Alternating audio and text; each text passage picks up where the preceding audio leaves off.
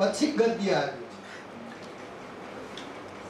બાળકના રુદનમાં પણ લય છે, પણ અહીંયા કાર્ડમાં પ્રથમ નવલકથા છે એટલે વાત નવલકથાથી, એટલે નિયતિ અંતાણી સરકારી કોલેજમાં અધ્યાપક, ખાસો સમય અમદાવાદમાં રહ્યા.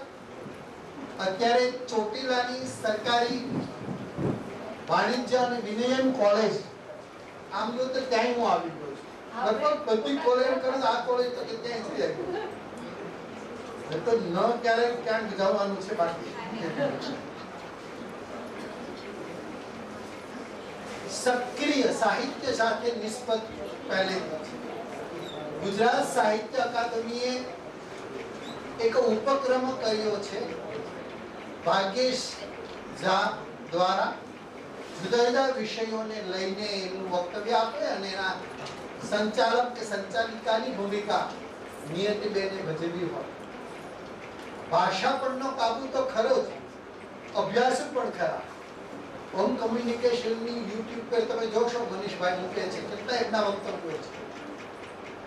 જોડણી વિષયક પણ એટલી જ સભાનતા અને એટલી જ સજાગતા. એવા નિયતિબેન નવલકથા વિશે વાત કરવાની છે. નવલકથા એટલે ગુજરાતી નવલકથા. નવલકથા એટલે ગોવર્ધન રામથી માંડીને આજ સુધીના મોહન પરમાર સુધી વિકસેલી યાત્રા. હું કશું જ નહીં કહું, કારણ કે કંઈક એમના ક્ષેત્રમાં પ્રવેશી જાઓ એવું ન બને, અને એમને પૂરતો એટલે કે પૂર્વ નિર્ધારિત એટલો સમય આપું છું એ સમયમાં એ ગુજરાતી નવલકથાની હાઇલાઇટ્સ આપી. પ્રિય નિયતિ અંતાણી.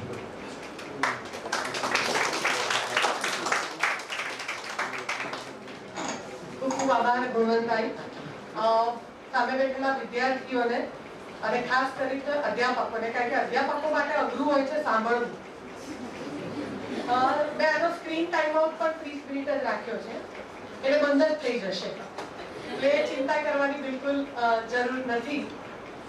રામકૃષ્ણ સેવા મંડળ સંચાલિત આણંદ આર્ટ્સ કોલેજ તથા ગુજરાત સાહિત્ય અકાદમી ગાંધીનગરના સંયુક્ત ઉપક્રમે આયોજિત આ સરસ મજાનો સેમિનાર નારી તારા નવલા રૂપ, એમાં મારે ગુજરાતી નવલકથામાં નારી છબી વિશે વાત કરવાની છે. મારી વાતનો આરંભ કરીશ ચુનીલાલ વડિયાની લીલુડી ધરતીની નાયિકા સંતુના એક સંવાદથી. એ પહેલા હું સર્વપ્રથમ આદરણીય ઉષાબેન, જે હંમેશા અમારા પ્રેરણા સ્ત્રોત રહ્યા છે, અહીંના ગુજરાતી વિભાગના અધ્યક્ષા અમિતાબેન, કાર્યક્રમના સંયોજક પદ્માબેન તથા જેમનામાંથી અમે હંમેશા એનર્જી લેતા હોઈએ છીએ એવા શ્રી ગુણવંતભાઈ વ્યાસ, કોલેજના સર્વે અધ્યાપકો અને એનર્જેટિક આચાર્ય એવા શ્રી પટેલ સાહેબ, અને સૌથી પ્રિય હોય એવા મને કોઈ પણ કોલેજ કેમ ના હોય એવા વિદ્યાર્થીઓ. લીલુડી ધરતીના સંવાદથી હું શરૂઆત કરીશ. આમ તો જ્યારે મારે ગુજરાતી નવલકથામાં નારી છબી વિશે વાત કરવાની હોય અને ગુણવંતભાઈએ કીધું એ પ્રમાણે હું હાઇલાઇટ્સ જ આપીશ, કારણ કે પુષ્કળ નવલકથાઓ છે અને આમ પણ કથા એ સ્ત્રી અને પુરુષના સાયુજ્યથી જ બને છે, તો નારીની છબી તો ક્યાંક ને ક્યાંક ઉપસ્થિત હોય છે. પણ એવી કઈ નવલકથાઓ છે કે જ્યાં નારી ઉભરીને આવે છે, અથવા તો નારીનું એવું કોઈ વ્યક્તિત્વ દર્શાવવામાં આવ્યું છે કે જે કાં તો આપણને આંગળી ચીંધતું હોય, આપણી આંખો ખોલતું હોય, અથવા તો આપણામાં પ્રેરણાનો સંચાર કરતો હોય. એટલે આમ તો સાસુ વહુની લડાઈથી શરૂ કરીને હું દેવાંગી ભટ્ટની વાસાંશી જીગણાની ત્યાં સુધીની મને જે ગમી છે, અથવા તો મને એવું લાગ્યું છે કે આ એક સીમાચિહ્ન રૂપ નવલકથા છે કે જેમાં નારી ક્યાંક ને ક્યાંક અથવા તો સમગ્ર કેન્દ્રમાં છે, અથવા તો ક્યાંક મુખ્ય પાત્ર તરીકે ના હોય પણ પાત્ર તરીકે મુખ્ય હોય, તો એવી દરેક જગ્યાએ જ્યાં મને નારી યોગ્ય લાગી છે એના વિશે હું અછડતી વાતો કરતી આગળ વધીશ. ટેબ્લેટ તો 30 મિનિટના ટાઈમે બંધ થઈ જશે, પણ ના થાય તો ગુણવંતભાઈ પૂરેપૂરી છૂટ છે. સ્વતંત્રતા છે, આ તો બધું સમય વિશે. ના બિલકુલ નહીં. સ્ત્રીનો અવતાર તો લીલુડી ધરતી જેવો છે.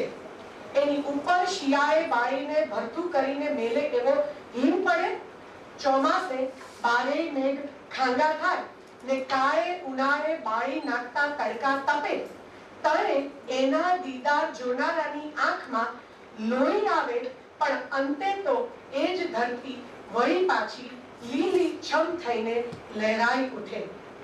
તમે તળે આપણી આંખ જ ઠરે. લીલુડી ધરતી અહીંયા નારીના પ્રતીક તરીકે આવે છે. તો આ છબી છે ચુનીલાલ મડિયાની 2 ભાગમાં વહેંચાયેલી લીલુડી ધરતી, અને બહુ જ જાણીતી એવી નવલકથા, જેમાં એમણે શીર્ષકને ઔચિત્ય તો બખ્યું છે, અને નાયિકા સંતુ છે એને સ્મરણીય અને મનનીય આપણી સમક્ષ મૂકી છે. મિત્રો, આપણે સૌ જાણીએ છીએ કે નવલકથાનું સ્વરૂપ ખરેખર તો સામાજિક સાંસ્કૃતિક ઉથલપાથલો વચ્ચે જન્મ્યું અને વિકસ્યું છે. એના ઉદ્ભવથી માંડીને આજ પર્યંત માનવ જીવનના પ્રાણ પ્રશ્નો સાથે પ્રત્યક્ષ કે પરોક્ષ રીતે તે જોડાયેલું છે. ગુજરાતી સાહિત્યની સૌથી પહેલી સામાજિક નવલકથા, આમ આપણે કરણ ઘેલો ગણીએ છીએ, ઐતિહાસિક નવલકથા છે. એ જ વર્ષ એટલે કે 1866માં રચાયેલી આપણી સૌથી પહેલી સામાજિક નવલકથા સાસુ વહુની લડાઈ થી શરૂ કરીને 21મી સદીના બીજા દાયકામાં અજય સોનીની કોરું આકાશ હોય કે પછી જીતેશ ડોંગરાની ધ રામબાઈ નવલકથા હોય, આ સર્વમાં જે અગ્રસ્થાને છે તે નારી, તેની ક્ષમતા, તેની લાચારી, તેની દુર્દશા, અભિશાપિત તથા ક્યાંક ને ક્યાંક તેની આસપાસ ફેલાયેલી એકલતા, મનના ઊંડાણમાં ધરવી દીધેલી કઈ કેટલીય સુંદર સંવેદનાઓ, અને આ બધા દ્વારા વ્યક્ત થતી ગુજરાતી નવલકથામાં નારીની આગવી છબી.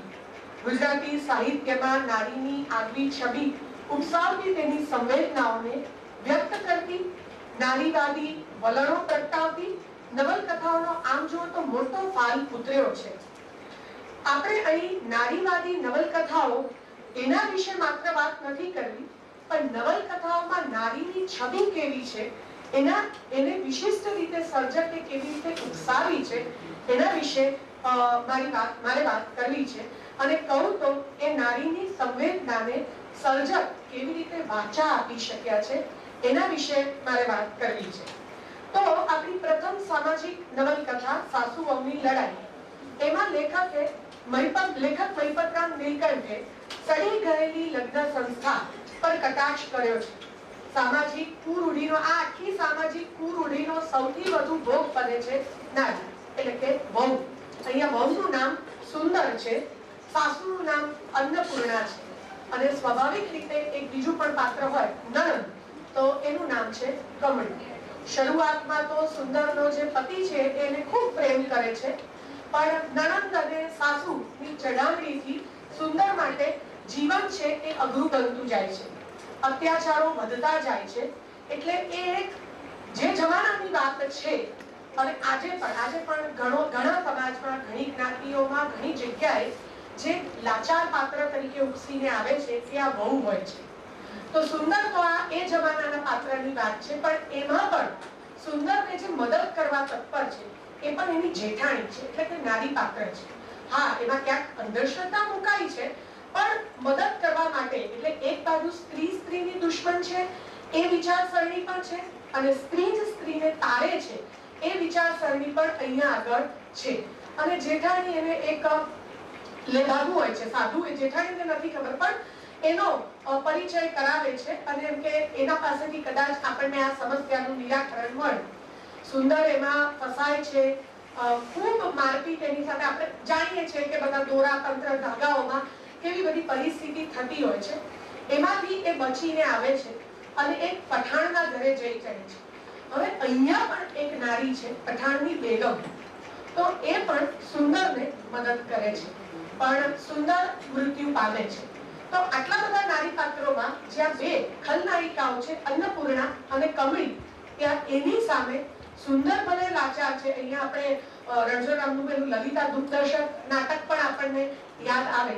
પણ એની સાથે સ્ત્રીને તારનાર એની જેઠાણીની એની જે ભાવના છે, સહૃદયી ભાવના છે, કે બેગમનું જે પાત્ર છે, તો એ પણ અહીંયા આ રીતે મદદ તરીકે, કારણ કે આ બહુ જ ચોખ્ખી વાત છે, બે સ્પષ્ટ જ વાત છે કે સ્ત્રી જ સ્ત્રીની દુશ્મન પણ હોય છે અને સ્ત્રી જ સ્ત્રીનો ઉદ્ધાર કરી શકે છે. તો આપણે નક્કી કરવાનું છે કે આપણે ઉદ્ધારક બનવાનું છે કે દુશ્મન બનવાનું છે, એટલે કે છબી સુધારવાની છે.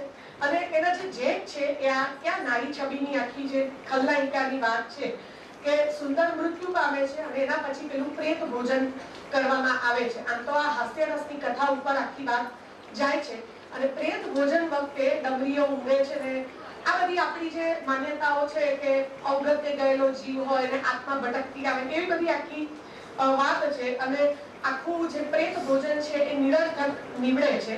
ત્યારે સુંદરનો જેઠ કહે છે, ભૂંડી સાસુ ઘરમાં કંકાસ ક્લેશ કરાવે, એની એવી ફજેતી થાય, તે વહુવારુને એક ઘડી જંપવા દીધી નહીં, તેના આજ ફળ થાય. અને અહીંયા આગળ નવલકથાનો અંત આવે છે. હવે એવી જ રીતે નર્મદ છે, દલપતરામ છે, આ બધા અનેક સમાજ સુધારકોએ સ્ત્રીઓની અવદશા અને તેની સ્થિતિ બદલવા માટે સાહિત્ય ક્ષેત્રે કલમ ચલાવી છે. પરંતુ આ પછીના સમયગાળામાં આજે પણ અને આવનારા વર્ષો કદાચ યાવતચંદ્ર દિવાકરમ જેને ક્લાસિકમાં સ્થાન મળે છે એવી સરસ્વતી ચંદ્ર આપણી ગુજરાતી સાહિત્યની પહેલી મહાનવલકથા. તો ગોવર્ધનરામ ત્રિપાઠી છે. આમાં હું મારું એક અંગત મંતવ્ય પણ મૂકીશ એની સામે. સરસ્વતી ચંદ્રની ગુણસુંદરી, એના પરથી ગુજરાતી ફિલ્મ પણ આવી છે, ગુણસુંદરીનો ઘર સંસાર. એટલે આદર્શ ગૃહિણી કેવી હોવી જોઈએ. અને આપણી જે માન્યતા છે કે ગૃહિણી કશું નથી કરતી હોતી પણ એ ઉત્તમ મેનેજર હોય છે. ગૃહિણી એ ઉત્તમ મેનેજર હોય છે, જે આ ગુણસુંદરીના ઘર સંસાર દ્વારા ગોવર્ધનરામ ઉપસાવી શક્યા છે. અને એની સાથે કુમુદ, આ બે નારી પાત્રો. અને ત્રીજું નારી પાત્ર જે મને અહીંયા ગમે છે એ છે કુસુમ. એ પોતે નક્કી કરે છે કે એને વિવાહ કરવો છે કે નહીં. કુમુદ છે એ આદર્શ મૂર્તિ છે, ત્યાગની મૂર્તિ છે, બરાબર છે. સરસ્વતી છે અને પાછી અહીંયા ખલનાયિકા તો છે જ, ગુમાન. બરાબર, સરસ્વતી ચંદ્રની જે સાવકી માતા છે ગુમાન, એ ખલનાયિકા તરીકે છે. સ્વાભાવિક, હા, કૃષ્ણ કલિકા છે, અલગ કિશોરી છે. તો નારીના વિવિધ સ્વરૂપો ગોવર્ધનરામ ઉપસાવી શક્યા છે. અલગ કિશોરી જે કુમુદની નણંદ છે, ચંચળ નામ જેવી એ ચંચળ પણ બતાવવામાં આવી છે. તો આ બધા પાત્રો અહીંયા આગળ આ વિશાળ નવલકથાના પટ ઉપર પથરાયેલા છે. ગુણસુંદરી છે, કુમુદ છે, અલગ કિશોરી છે, આ બધાની વ્યથા પણ અહીં આલેખાઈ છે. કુમુદ જેને ચાહે છે એની એ પત્ની નથી બની શકતી, પત્ની છે એને એ ચાહી નથી શકતી, એમાં વૈધવ્ય આવે છે. અને કે ગોવર્ધન ત્રિપાઠીએ એના જવાબો આપ્યા છે, પણ છતાં આજે પણ મને ખાલી અંતની દ્રષ્ટિથી સંજય લીલા ભણસાળીની સરસ્વતી ચંદ્ર ગમી છે કે એ વિધવા વિવાહ કરાવે છે. આ એક જ દ્રષ્ટિથી લીલા ભણસાળી છે. હા હા હા, લીલા ભણસાળી છે માતાનું નામ છે. બાકી તો ગોવર્ધનરામ ત્રિપાઠી છે એ બહુ જ સરસ રીતે આ નારીના પાત્રોને જે છે એ આલેખ્યા છે. ગુજરાતી નવલકથાના આરંભ કાળે જ્યારે સામાજિક સુધારાની જરૂરિયાત હતી અને એના માટે સ્ત્રી વર્ગને અહીંયા આગળ લક્ષ્યમાં લેવાયો છે. અને ગોવર્ધનરામ પહેલી વહેલી વાર ગુજરાતી નવલકથામાં સ્ત્રીના હૃદયમાં ડોકિયું કરે છે અને સ્ત્રીના હૃદયમાં આપણને પણ ઉતારે છે. હવે ગોવર્ધનરામ પછી જેમાં સ્ત્રી સશક્ત બની, મને જે આ બધી જ ગુજરાતી નવલકથાઓમાં ખરેખર નારી પાત્રો ગમતા હોય તે મુનશીની નવલકથાઓમાં છે. નવલરામ એવું કહે છે કે જેમ પશુને ખવડાવી પીવડાવી ડોકમાં ફૂલ માળાથી શણગારી અને યજ્ઞમાં હોમી દેવામાં આવે છે, તે પ્રમાણે મુનશી સ્ત્રીને ઉપર ચડાવીને ધક્કો મારે છે અંતમાં. પણ હું આ સાથે ક્યાંક ને ક્યાંક સંમત નથી. એટલા માટે કે મુનશીની નવલકથાઓમાંથી આમ તો ભવસાગર તો નારી કેન્દ્રિત નવલકથા છે, પણ એમની જે આખી ઐતિહાસિક નવલકથાઓની શ્રેણી છે એમાં મીનળ છે, મૃણાલ છે, આ બધા જે પાત્રો છે એમાં હું નથી માનતી કે એ લોકોને ધક્કો મારવામાં આવ્યો છે. આ સ્ત્રીની સમર્પણ શક્તિ છે જે પ્રેમ માટે એ સમર્પણ આપે છે. અને છતાં અહીંયા તમે મને જે પાટણની પ્રભુતામાં બહુ સરસ રીતે ગમે છે કે એક સંવાદ આપણે ભલે મુનશીની કાલ્પનિક વાત હોય કે મુંજાલ અને મીનળની ક્યાંક પ્રણય કથા, ગર્ભિત પ્રણય કથાનો અહીંયા ઉલ્લેખ છે. અને સમય જતા જ્યારે મીનળને પાટણની બહાર જતા રહેવું પડે છે, એ તો મુંજાલને કેદ કરીને રાખ્યો છે અને ચારે તરફથી જ્યારે મીનળ ભીસાઈ જાય છે, અંદરથી એક અકળામણ થાય છે. આમ તો મીનળ દેવીને અહીંયા ચંદ્રપુરથી પાટણ રાણી તરીકે લઈ આવનાર જ મુંજાલ છે. પણ ત્યારે જયદેવ જે પાછળથી સિદ્ધરાજ જયસિંહ થવાના છે, પ્રમાણમાં નાની ઉંમરના છે. હવે એક જુઓ કેટલી બધી ઊંડી વાત જે મીનળના હૃદયની, સ્ત્રીના હૃદયની મુનશી આલેખી શક્યા છે કે જ્યારે ચારે તરફથી એ ભીસાઈ જાય છે મીનળ દેવી, મુંજાલ આગો થઈ ગયો છે કારણ કે મીનળ દેવીએ જ એને બહાર કર્યો છે ક્યાંક પોતાના સ્ત્રીત્વની અથવા તો એક સત્તાના આવેશમાં આવીને. ત્યારે પેલા જયદેવનો ચહેરો નથી ગમતો. કેમ? કારણ કે પતિ જેવો લાગે છે. આ વાત મુનશીએ આલેખી છે, એ પતિ જેવો લાગે છે. અને બીજું એક બાળ મુખ યાદ આવે છે, ત્રિભુવન પાળનું. કેમ? કારણ કે એનું મુખ એના મામા મુંજાલ જેવું છે અને એના ઉપર વાલ આવે છે. આ મુનશીએ આલેખે છે. હવે આ નારી હૃદયની આટલી બધી જીની સંવેદના મુનશી બહાર લઈને આવે છે. એટલે હું અને એ મૃણાલ છે તો એ 35 વર્ષે પણ સ્વાભાવિક છે કે મુંજ જેવો જો સામે પુરુષ હોય તો પ્રેમમાં પડ્યા વગર રહેવાય કેમ? અને શા માટે ના પડવું જોઈએ? એવા તે કયા અવરોધો હોવા જોઈએ કે પ્રેમમાં ન પડવું જોઈએ? અને આ ઉંમરે પણ પ્રેમમાં પડે પછી જ્યારે મુંજનું મૃત્યુ થાય છે ત્યારે મૃણાલ પોતાની જે અત્યાર સુધીની જે આકરી છબી હતી એને ભૂલીને આક્રંદ પણ કરે છે. તો મારું એવું માનવું છે કે આ ધક્કો નથી મારેલો, પણ એની જે સમર્પણ શક્તિની જે ટોચ છે એ મુનશી દર્શાવી શક્યા છે. આ પછી આ સમયગાળામાં રવ દેસાઈ જે છે એ દિવ્ય ચક્ષુમાં રંજના અને પુષ્પા દ્વારા કે પછી ગ્રામલક્ષ્મીમાં તારા દ્વારા યાદગાર સ્ત્રી પાત્રો આપે છે. અને પરંપરાગત ભારતીય નારી તરીકેના અને સમકાલીનતાનો સ્પર્શ પામેલી આ નાયિકાઓ છે, જેમાં સોહિણી છે, દક્ષા છે, રંજના છે જેવી નવી પેઢીના નારી પાત્રો પણ છે.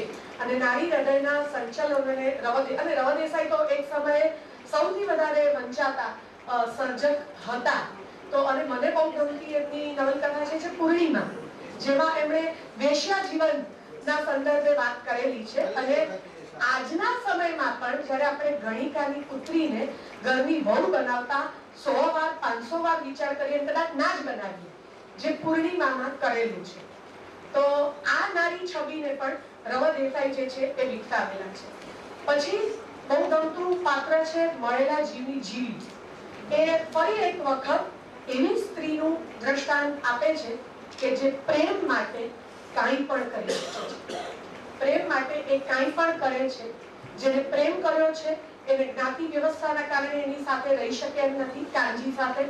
અને એ કાંજીને જીવી સાથે પ્રેમ છે. હવે જુઓ કે અહીંયા કોઈને ઉતરતા ચડિયાતા કહેવાની વાત નથી, પણ સમર્પણ પ્રેમમાં મોટા ભાગે સ્ત્રી પાસે મંગાય છે. આમાં કુંવારા રહેવું એ સમર્પણ છે, એના કરતા પોતાનો જે પ્રેમી છે એને નજર સામે રાખી બીજા જોડે પરણવું, અથવા તો એ નજર સામે રહે અને અન્ય સાથે, એના માટે અન્ય સાથે લગ્ન કરવા. આ જે આખી વાત છે એ સૌથી પીડાદાયક વાત એ સ્ત્રી માટે હોય છે. કારણ કે એવું કહેવાતું પણ હોય છે કે સ્ત્રી છે એ સેક્સ માટેની પહેલ પ્રેમ માટે કરે છે. અને જ્યાં પ્રેમ નથી ત્યાં એના માટે આ એક ઘરેડ બની જાય છે, અથવા તો એક રૂટીન વ્યવસ્થા કે સ્વીકાર પ્રમાણેની આખી વાત છે. તો આવી જીવીની વાત, અને પછી તો એ ગાંડપણનો ભોગ કરે છે, માનસિક સંતુલન ગુમાવે છે. એવું નથી કે અહીંયા કાંજીનો પ્રેમ ક્યાંક ઓછો પડે છે, પણ પ્રેમની જે તાકાત છે એ જીરવવા વાળી તો જીવી જ છે. એવી જ વાત માનવીની ભવાઈમાં રાજુ અને કાળુ, એટલે કે રાજુના પાત્રમાં એ ભણેલી ગણેલી નથી, અશિક્ષિત છે, પણ કુમુદ કરતા જરા પણ કુણી ઉતરતી લાગતી નથી. કુમુદ છે એક શ્રીમંત કુટુંબની નાગર ગૃહસ્થ કન્યા છે, અને એની સામે રાજુ છે એક ગામડાની કન્યા છે, પણ સંસ્કારો, વિચારો અને સક્ષમતાની દ્રષ્ટિથી, સંયમતાની દ્રષ્ટિથી એ ક્યાંય કુમુદથી આપણને ઉતરતી લાગતી નથી. આ સિવાય મેઘાણીએ તુલસી ક્યારો આપણે જોઈએ તો આ નારીનું જે આખું પાત્ર છે એ અહીંયા આગળ ઉપસાવીને આપ્યું છે.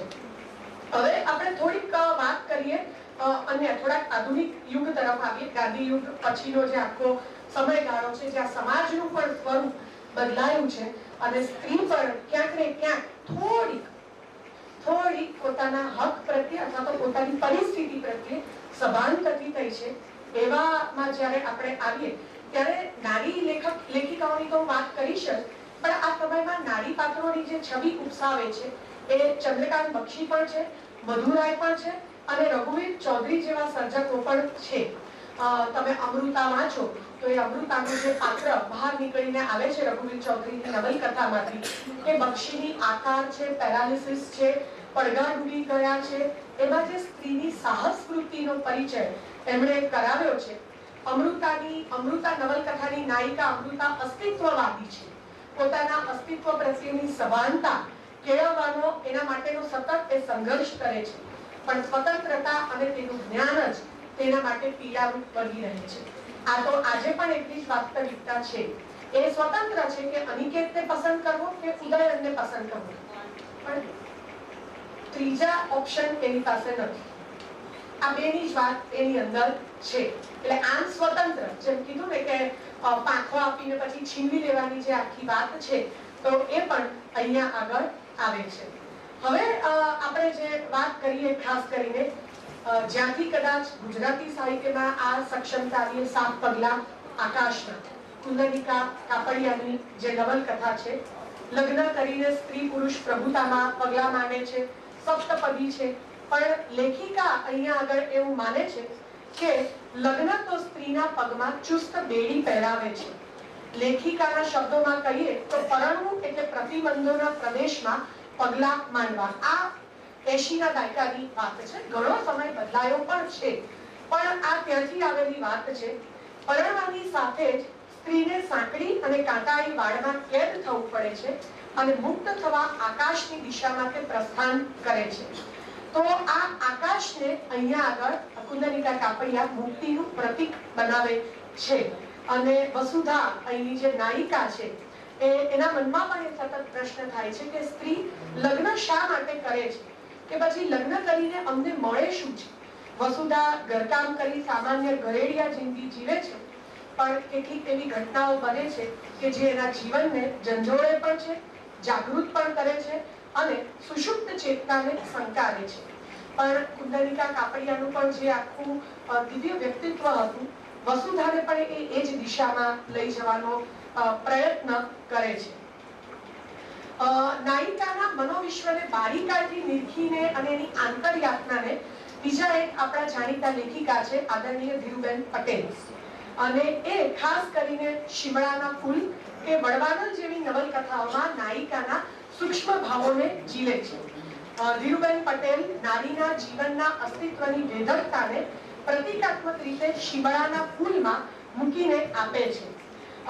ચીમળાયેલા ખરી પડેલા શિમળાના ફૂલ એ ખરી પડેલી સ્ત્રી પુરુષની અખડતાને સતત ઝંખતી અને દાંપત્ય જીવનમાં તેનો જે અનુભવ કરતી એક જે કંટાળેલી ત્રાસી ગયેલી સ્ત્રી છે એને અહીંયા આગળ બતાવે છે.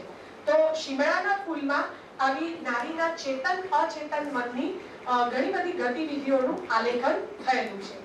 એવી જ રીતે વડવાનલમાં રેખા જે એની નાયિકા છે એની સૂક્ષ્મ સમસ્યાઓને લેખિકાએ વર્ણવવામાં આવી છે.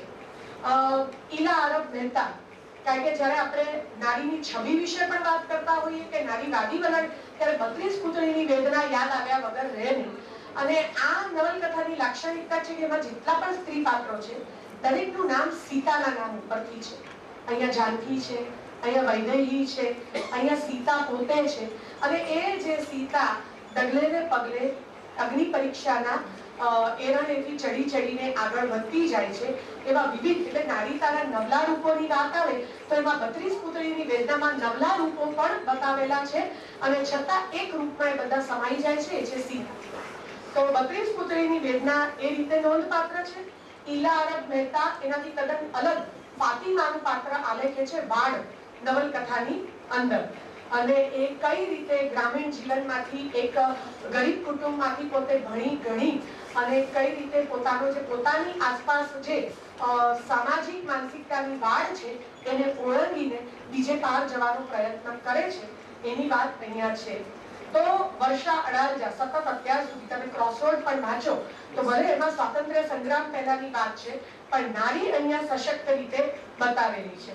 એમની તો મારે પણ એક ઘર હોય એની લીના છે કે હંમેશા સૂક્ષ્મ વૃત્તિઓ સામે લડે છે.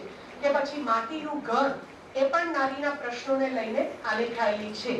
તો પછી નાઇટમેર કે ટાઈમ બોમ્બ દ્વારા આપણે સરોજ પાઠકને પણ અહીંયા આગળ યાદ કરવા પડે, કારણ કે અહીંયા આગળ ફેમિનિઝમ એ મુખરિત બનીને આવે છે અને છૂટાછેડાની ધાર પર તોડાઈ રહેલ યુગલની દાંપત્ય જીવનની આખી વાત અને એમાં પુરુષ પ્રધાન સમાજની ભ્રમણ વૃત્તિ કે શોષણ વૃત્તિ કે પલાયન વૃત્તિ એના વિશેનો એક આખો વિષય એ આ ટાઈમ બોમ્બ નવલકથામાં સરોજ પાઠક છે એ મૂકીને આપે છે. અમૃતા પ્રીતમ એમ કહે છે કે એક દર્દ હતું જે સિગરેટની જેમ મેં ચૂપચાપ પીધું છે. ફક્ત કેટલાક ગીત છે જે સિગરેટ પરથી મેં રાખની જેમ ખંખેર્યા છે. તો જ્યારે 7 પગલા આકાશની દ્વારા નારીવાદના પગરણ મંડાઈ ચૂક્યા હતા ત્યારે એક અત્યારે ચાલે એવો અને કારણ કે અત્યારની પેઢી એને બહુ સ્વાભાવિક રીતે સ્વીકારે છે એવો સજાતીય સંબંધો વિષય લઈને બિંદુ ભટ્ટ આવે છે મીરા યાજ્ઞિકની ડાયરી. કોઢગ્રસ્ત નાયિકા છે પણ લાંબા એવા એના કેસ છે. હંમેશા વાળ છે ને એ સ્ત્રીની સુંદરતાનું પ્રતીક બનીને હંમેશા આવે છે. આપણે મધ્યકાળના પેલા પણ જઈએ કે સંસ્કૃતમાં પણ જઈએ તો એને કામના પ્રતીક તરીકે પણ સ્ત્રીના ચોટલાને બતાવવામાં આવ્યો છે. એવા આ લાંબો ચોટલો ગુંથતી મીરા છે પણ એનું શરીર કાબર ચિત્રું છે અને એને સતત એમ થાય છે કે આ કાબર ચિત્રા શરીરની આંટી ઘૂંટીઓ ઉકેલવા જેટલું સામર્થ્ય અથવા તો ઉકેલવા જેટલો પ્રેમ કોના મનમાં પેદા થશે અને એ ડગલે ને પગલે એમાં ક્યાંક ને ક્યાંક પાછી પડતી હોય છે અને એની સખી તો રૂમમેટ આપણે કહી શકીએ વૃંદા એની સાથે એ બંને જણા જે સજાતીય સંબંધની આખી વાત છે એ બંને એકબીજાના પ્રેમમાં અથવા તો બહુ સરસ બિંદુ ભટ્ટે કીધું છે કે બંને જણા શરીર અને મનની એકબીજાના શરીર અને મનની આંટી ઘૂંટીઓ શોધવાનો સતત પ્રયત્ન કરતા હોય છે. પછી તો વૃંદા અન્યને પરણી જાય છે, મીરાને પણ અન્ય ગમે છે, આ બધું પણ આ એકલતા સતત મીરાની સાથે ને સાથે જ રહે છે. એટલે જીવનનું કાબર ચિત્રાપણું એ મીરા સ્વીકારી નથી શકતી અને અંતે એ આત્મહત્યા કરે છે. તો આ મીરા કરતા મને બિંદુ ભટ્ટની નાયિકાની અખે પાત્રથી કંચન વધારે ગમે છે. એના કરતા પ્રાચીન છે, કદાચ ઓછું ભણેલી પણ છે, પણ એ જીવનના દરેક સંઘર્ષ સામે લડે છે છેક સુધી. કરાચીથી પાછી પોતાના ગામડાથી કરાચી ને કરાચીથી પોતાના ગામડા સુધીની યાત્રા એ એકલી વૈધવ્યમાં પણ પોતાનું સતીત્વ સાચવીને એ નિભાવે છે. તો અખે પાત્રની કંચન મને હંમેશા મીરા કરતા વધારે ગમે છે, કારણ કે મીરા હથિયાર હેઠા મૂકી દે છે પણ જે હથિયાર હેઠા મૂકી ના દે પણ એ ચક્રમાં પોતાની આંગળી નાખે એ સ્ત્રી છે. તો એ આ અખે પાત્ર આની અંદર આવે છે. પછી હું વાત કરું તો મને આજના સમયમાં અને તમારે બધાએ ખાસ વાંચવી જોઈએ એ છે જીતેશ ડોંગાની ધ રામબાઈ. એટલું સરસ પાત્ર લેખન. આમાં પણ વાત તો આપણા સ્વતંત્ર પૂર્વની એટલે એ સમયગાળાની છે અને લેખક પોતે પણ અંદર એટલે એમના કદાચ સગા કાકી કે એવી રીતની આખું પાત્ર છે. રામબાઈનું રમીલા એનું નામ છે અને બાપ દીકરીનો સંબંધ એટલો સરસ બતાવ્યો છે. બાપ માનસિક રીતે અસ્થિર છે અને એકવાર એવું બને છે કે ખેતરમાં એ દોડતો દોડતો સૂરજને પકડવા માટે બાપ જાય છે અને રમીલા છે વચ્ચે એક સંતાન છે ભાઈ બહેનોમાં, બેન છે, ભાઈ છે અને આ રમીલા. તો એ બાપને પકડવા માટે દોડે છે. કેમ? કારણ કે બાપ એના સિવાય તો કોઈની વાત સાંભળતો જ નથી અને બાપ એ સૂરજને પકડવા જતા જતા કૂવામાં પડીને મૃત્યુ પામે છે. તો એના શવને ઉપર કોણ લઈ આવશે? તો જેને બાપ આ રમૂડી કે છે એ આ રમીલા, કારણ કે મારા સિવાય તો બાપ કોઈની સાથે નહીં આવે. તો આ એક ત્યાંથી જ જે રમીલાનું જે પાત્ર અને એને પાછળથી જીતેશ ડોંગા અને એનો પતિ વીરજી છે એને રામબાઈ એવું નામ આપે છે અને ત્યાંથી જે આ સફર શરૂ થાય છે. પોતાના બાપ મૃત્યુ પામે છે, માને કોઈ ઉપાડી જાય છે અને પોતે 3 ભાઈ બહેનો અને કઈ રીતે રમીલા વચ્ચે બેન હોવા છતાં પણ મોટી બહેન બની અને એ લોકોને સક્ષમ બનાવે છે, એ લોકોના લગ્ન કરે છે અને એમાં જ એ પેલો વીરજી આવે છે. અહીંયા પણ પેલા બાપ એ વીરજીના બાપને વચન આપીને ગયો હોય છે કે મારી દીકરી સાથે તારા દીકરાને પરણાવજે. એટલે પેલો પોતાના બાપનું વચન પૂરું કરવા માટે પણ અહીંયા લઈને આવે છે. એમને પોતાને કોઈ સંતાન થતું નથી. વીરજી પણ મૃત્યુ પામે છે. આ જે લેખક છે આપણા એને એ પોતાના ગણે છે એમની સાથે સતત અને એ ગામડાની આવી અભણ રામબાઈ ભણે છે, કક્કો શીખે છે અને ત્યાં સુધી આ સત્ય ઘટના છે કે એક દિવસ એ આ લેખક નાની ઉંમરના હોય છે, એમની સાથે પત્ર વ્યવહાર પણ ચાલે છે, આવે છે લેવા, ચલ તને અમદાવાદ લઈ જઉં. અને અમદાવાદ ક્યાં લઈને આવે છે? ઈસરોમાં લઈ જાય છે. તેના વૈજ્ઞાનિક તેને ડિરેક્ટરને મળે છે. એની જોડે એમનો પત્ર વ્યવહાર થયો છે. એ ડિરેક્ટર એને ગાંધીનગર પોતાના ઘરે લઈ જાય છે અને ટેલિસ્કોપમાં આખું આકાશ દર્શન કરાવે છે. આ સત્ય કથા છે રામબાઈની. તો આ છબી આપણી નવલકથામાં છે. એવી જ રીતે અજય સોની કોરું આકાશમાં જમનાનું પાત્ર લઈને આવે છે. આ પણ વાત તો આગળના સમયની જ છે, પણ આવું ગુજરાતી સાહિત્યમાં પહેલીવાર બન્યું છે કે કોઈ નારી પાત્રને શંકર સાથે સરખાવવામાં આવી છે. તો એ જમના છે, પતિ છે એનો રણમલ, સંતાન નથી થતું પણ પતિ બહુ પ્રેમ કરે છે, પણ સંતાનના પેલામાં રીબાયા કરે છે. બેનપણી કેસર વિધવા થાય છે અને જમના બધું છોડી અને કેસર અને રણમલના લગ્ન કરાવે છે. અને પાછું ત્યાં નથી ને, છોડવું એટલે છોડવું જ. એ પતિની પાછળ સતી થઈને મરવામાં નહીં, પણ એ સતી થઈને જીવી અને સત સ્વીકારીને જીવવામાં એ માને છે. એ સંસારનો પણ ત્યાગ કરે છે અને જ્યારે પતિ મૃત્યુ પામે છે અને તે વખતે આવે છે, જો કેટલો બધો સંસારનો માયાનો ત્યાગ છે કે એ તરત જ એ પેલી ક્રિયા પતે અને જતી રહે છે. તો આવું સરસ મજાનું પાત્ર એ જમનાનું પણ પાત્ર છે. એવું જ પૌલોમાનું પાત્ર દેવાંગી ભટ્ટ છે એ વાસણશી જીર્ણાનીમાં કરીને બતાવે છે. અને આ વાસણશી જીર્ણાનીમાં તો 4 જુદી જુદી સ્ત્રીઓની વાત છે. પૌલોમા છે, ઓરોરા છે, રાબિયા છે અને મોંઘી છે. ઓરોરા છે એ જર્મનીમાં છે, રાબિયા છે એ ઇજિપ્તના રોયલ ફેમિલીની છે અને મોંઘી ભારતના કાઠિયાવાડમાં જીવતી સ્ત્રી છે. અને ચારેય સ્ત્રીઓને આ પૌલોમા પાછું બંગાળી પાત્ર બતાવ્યું છે. અને ચારેય સ્ત્રીઓ જુદા જુદા કાળખંડમાં જન્મી છે અને જીવી છે, છતાં એક વસ્તુ સામાન્ય છે અને એ છે એમની અધૂરી રહેલી ઈચ્છાઓને પૂરી કરવાની ઈચ્છા. તો દેવાંગી ભટ્ટ નારી પાત્રને બહુ સરસ રીતે આલેખી શક્યા છે. એવી જ રીતે અપરિચિતામાં કાલિંદી પરીખ છે કે વાયા રાવલપિંડી નવલકથામાં ગિરિમા ગારેખાન છે, જેમાં સ્તુતિનું પાત્ર એ આલેખે છે અને એના વ્યક્તિત્વમાં આવતા પરિવર્તન સુધીની એ વાત કરે છે. કે પછી સ્વાતિ શાહ એમની નવલકથા છે સીતા, જેમાં એમનો પોતાનો રામાયણનો અભ્યાસ બહુ છે, એટલે સીતાને નવી નજરે એમણે ખાસ કરીને આલેખી છે. તો રાધિકા પટેલ વિહંગા નામની નવલકથા આપે છે અને એમાં મનુષ્ય અને પંખી વચ્ચેનું સંબંધ સૂચક અને એમાં નારીની નારી તરીકેની સંવેદનાને વ્યક્ત કરવા સાથે નારી અને આ પંખી લોક વચ્ચેનું જે સાહચર્ય છે, સંબંધ સૂચક, એની વાત એ કરે છે. એવી રીતે વારસદાર નવલકથામાં નારીની સક્ષમ છબી ઉત્સાવે છે એ છે મનીષા ગાલા. અને પગલે પગલે પંથમાં પારુલ કંદર દેસાઈ પણ આ વિશે વાત કરે છે. ગણવા બેસીએ તો યાદીની યાદી થતી જાય અને વાતો ને વાતો લંબાતી જ જાય. પણ મારો જે વિષય છે ગુજરાતી નવલકથામાં નારી છબી, એનો એક અછડતો પરિચય મને ગમતી નવલકથાઓ દ્વારા મેં કરાવ્યો છે અને વક્તવ્યનું અંત હું વર્જિનિયા વુલ્ફના વાક્ય દ્વારા કરીશ કે સ્ત્રીના ખોળિયામાં જકડાયેલ કવિ હૃદયના તાપ પરિતાપને કોણ સમજી શક્યું છે. તો જે સર્જકો વિશે મેં વાત કરી છે એ એવા સર્જકો વિશે વાત કરી છે જે આ તાપ પરિતાપને સમજી શક્યા છે. બહુ શાંતિથી મને સાંભળી, કોઈ પણ પ્રકારના ગણગણાટ વગર. એ બદલ આપ સર્વનો ખૂબ ખૂબ આભાર અને મને આ તક આપવા બદલ, આ વિષયમાંથી પસાર થવા બદલ પણ કોલેજ પરિવારનો ખૂબ આભાર. Thank you. જે આખું દિવ્ય વ્યક્તિત્વ હતું, વસુધાને પણ એ જ દિશામાં લઈ જવાનો પ્રયત્ન કરે છે.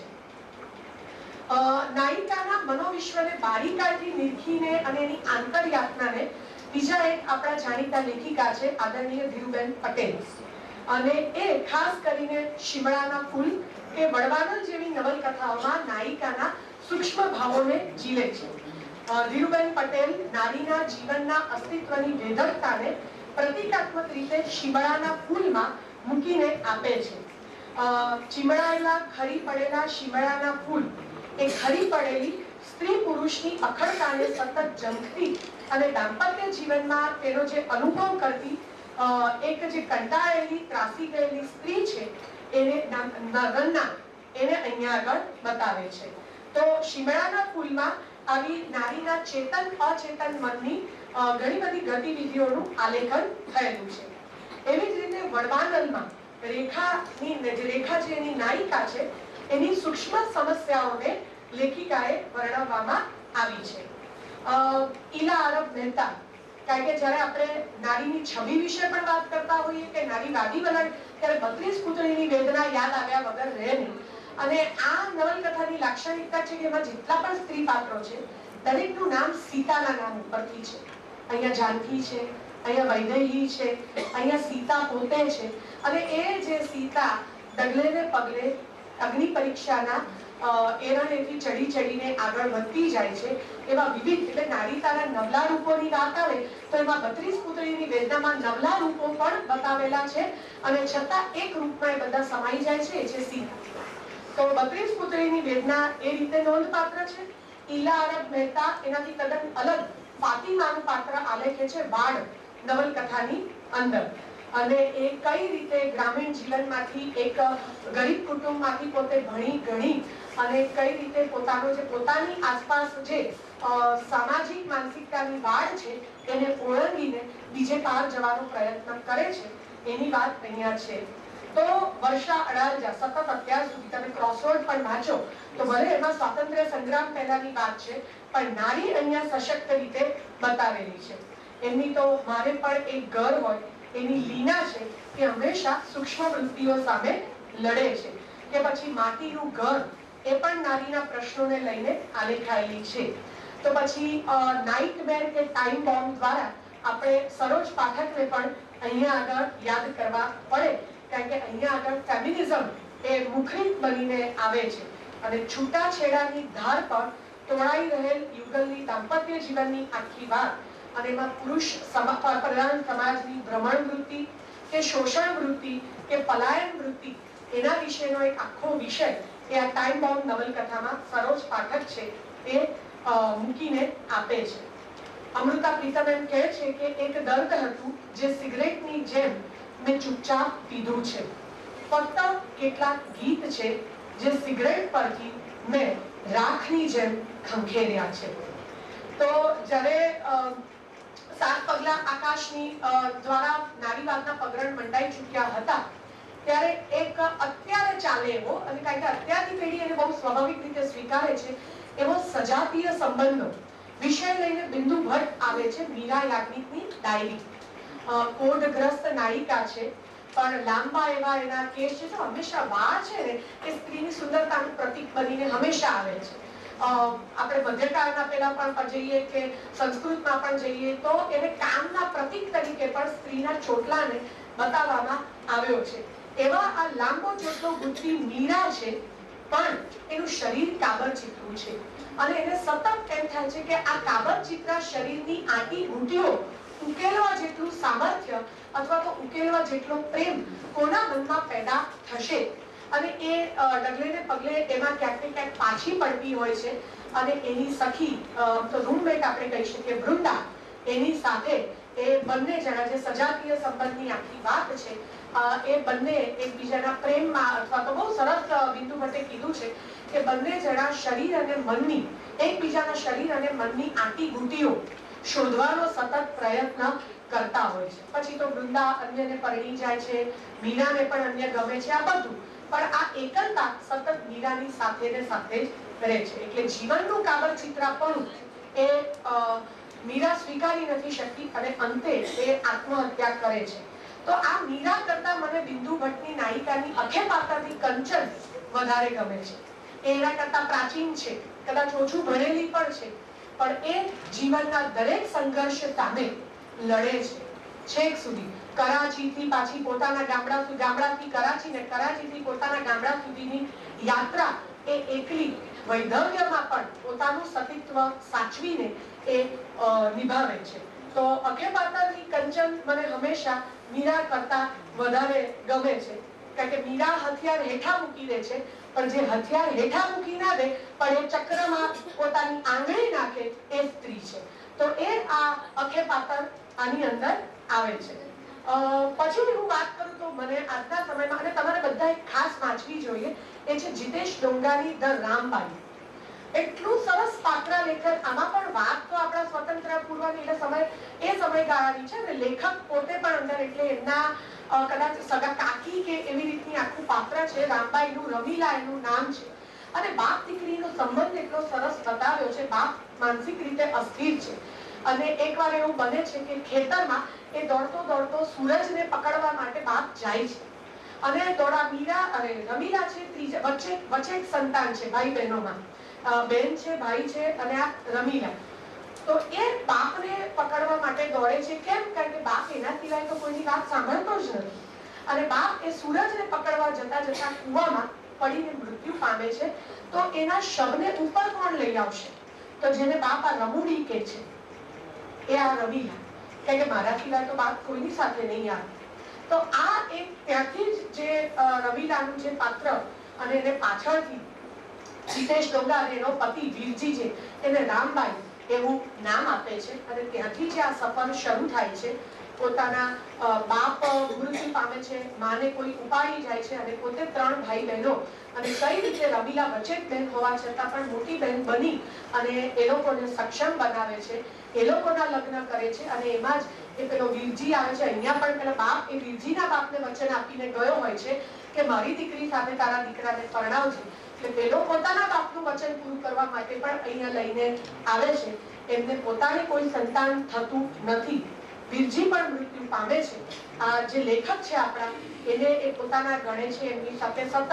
અને એ ગામડાની આવી અભણ રામબાઈ ભણે છે, કક્કો શીખે છે. અને ત્યાં સુધી આ સત્ય ઘટના છે કે એક દિવસ એ આ લેખક નાની ઉંમરના છે, એમની સાથે પત્ર વ્યવહાર પણ ચાલે છે. આવે છે લેવા, ચલ તને અમદાવાદ લઈ જઉં. અને અમદાવાદ ક્યાં લઈને આવે છે? ઈસરોમાં લઈ જાય છે. તેના વૈજ્ઞાનિક તેને ડિરેક્ટરને મળે છે.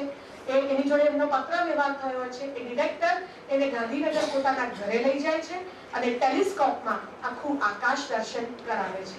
આ સત્ય કથા છે રામબાઈની. તો આ છબી આપણી નવલકથામાં છે. એવી જ રીતે અજય સોની કોરું આકાશમાં જમનાનું પાત્ર લઈને આવે છે.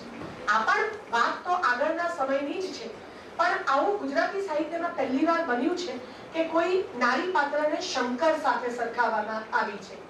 તો એ જમના છે, પતિ છે એનો રણમલ, સંતાન નથી થતું પણ પતિ બહુ પ્રેમ કરે છે, પણ સંતાનના પેલામાં રીબાયા કરે છે. બેનપણી કેસર વિધવા થાય છે અને જમના બધું છોડી અને કેસર અને રણમલના લગ્ન કરાવે છે. અને પાછું ત્યાં નથી ને, છોડવું એટલે છોડવું જ.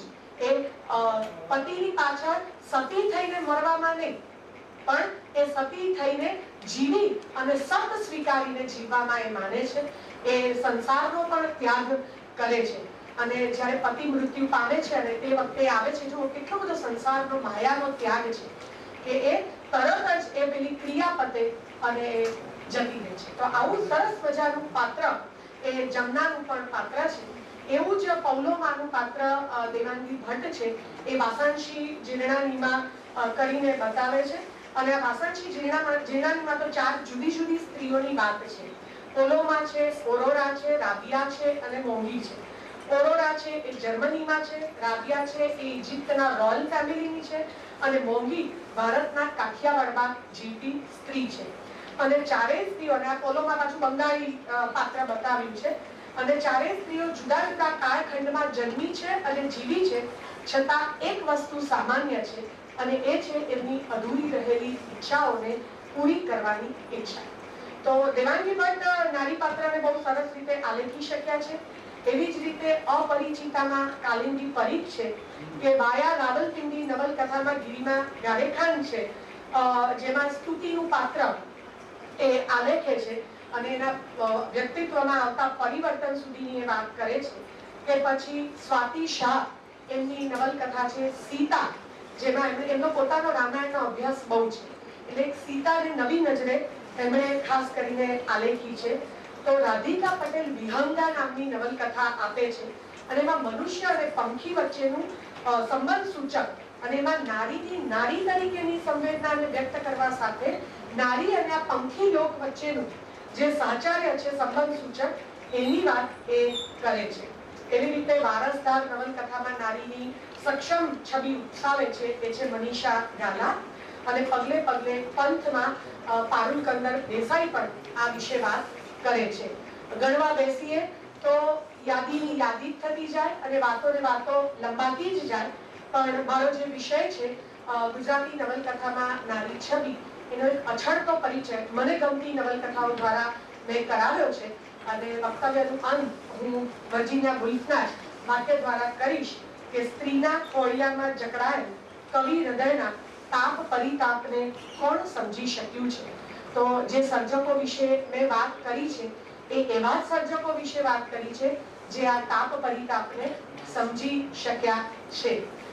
બહુ શાંતિથી મને સાંભળી, કોઈ પણ પ્રકારના ગણગણાટ વગર. એ બદલ આપ સર્વનો ખૂબ ખૂબ આભાર અને મને આ તક આપવા બદલ, આ વિષયમાંથી પસાર થવા બદલ પણ કોલેજ પરિવારનો ખૂબ આભાર. Thank you.